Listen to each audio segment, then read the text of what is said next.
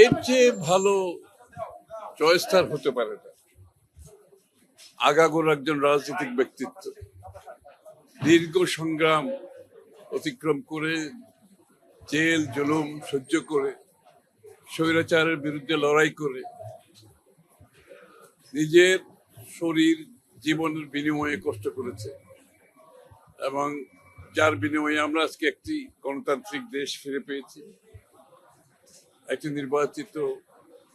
নির্বাচন এবং নির্বাচনের মাধ্যমে একটি সংসদ সরকার গঠন হয়েছে। অতি প্রত্যাশিত এই বিষয়ে তার ভূমিকা অগ্রভাগে ছিল, এটা আমরা সবাই জানি। এবং একজন সৎ যোগ্য মানুষ। সুতরাং আমি আনন্দিত যে আজকে এরকম একটি মানুষ প্রেসিডেন্টের চেয়ারকে অলঙ্কৃত করতে যাচ্ছে এবং নির্বাচন হচ্ছে। আমরা যে গণতন্ত্রের কথা বলে আসছি এতদিন, সেই গণতন্ত্রের প্রতিফলন ঘটছে। বাংলাদেশে কবে সত্যিকার অর্থে প্রেসিডেন্ট নির্বাচন হয়েছে আমার মনে হয় জনগণ ভুলেই গেছে।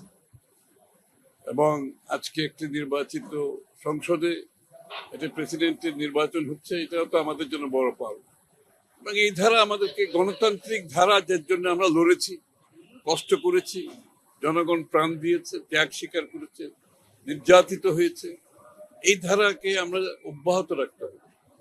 যে গণতন্ত্রের জন্য আমরা সবাই মিলে লড়েছি, এটাকে অব্যাহত রাখতে হবে। গণতন্ত্রের সংস্কৃতি অব্যাহত রাখতে হবে। এটা যদি অব্যাহত থাকে, ইনশাল্লাহ যে বাংলাদেশ গড়ার প্রত্যয় আমাদের মাননীয় প্রধানমন্ত্রী নিয়েছেন, সবাই মিলে আমরা সেই বাংলাদেশ গড়তে পারবো আগামী।